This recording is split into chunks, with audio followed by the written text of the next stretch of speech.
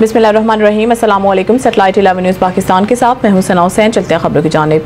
दुनिया भर की तरह पाकिस्तान कौंसलेट जद्दा में भी 27 अक्टूबर कश्मीर ब्लैक डे के मौका पर तकरीब का एहतमाम किया गया, जिसमें पाकिस्तानी और कश्मीरी कम्युनिटी के सरकर्दा शख्सियात ने भरपूर शिरकत करके कश्मीरियों से इजहार यकजहती किया।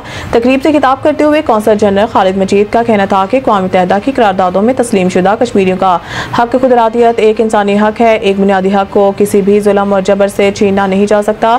आलमी बरादरी कश्मीर के तस्वीया तलब बहरान को हल करने के लिए भरपूर इकदाम करें। पाकिस्तान कश्मीर की सियाही, अखलाकी और सफारती हमायत जारी रखेगा।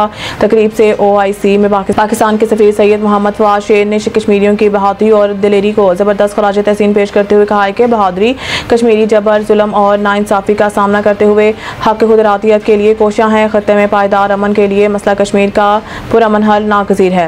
तकरीब से डॉक्टर खालिद अब्बास, मसूद अहमद पूरी, मोहम्मद आरिफ मुगल और दीगर ने भी खिताब करते हुए कश्मीरियों के आज़ादी की जद्दोजहद की तारीख़ी अहमियत पर अपने ख़यालात का इज़हार किया।